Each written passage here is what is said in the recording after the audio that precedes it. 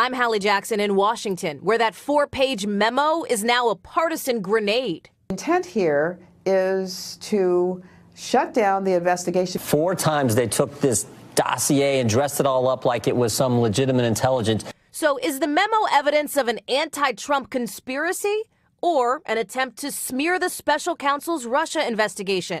Depends who you ask, with the man who oversees the special counsel under a microscope, Deputy Attorney General Rod Rosenstein. You'll have confidence in after reading the memo. You figure that one out. Since Rosenstein oversees the special counsel, Democrats worry the memo will be used as a pretext to discredit and dismiss Rosenstein and ultimately end the special counsel investigation.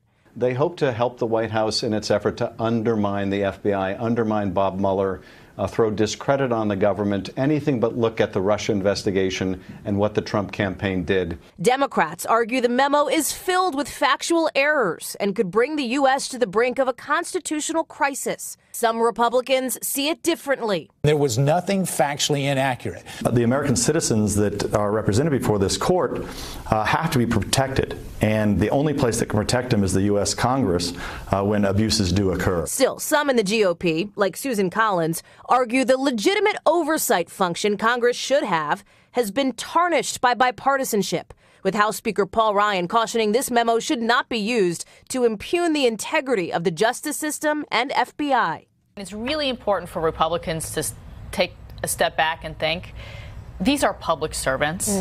We need to stop and remember that they're serving the country, and our language and our tone needs to be measured.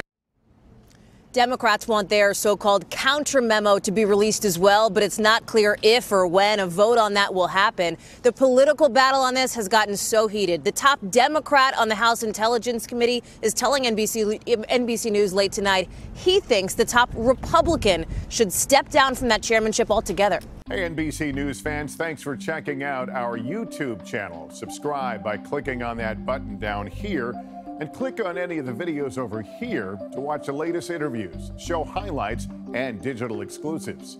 Thanks for watching.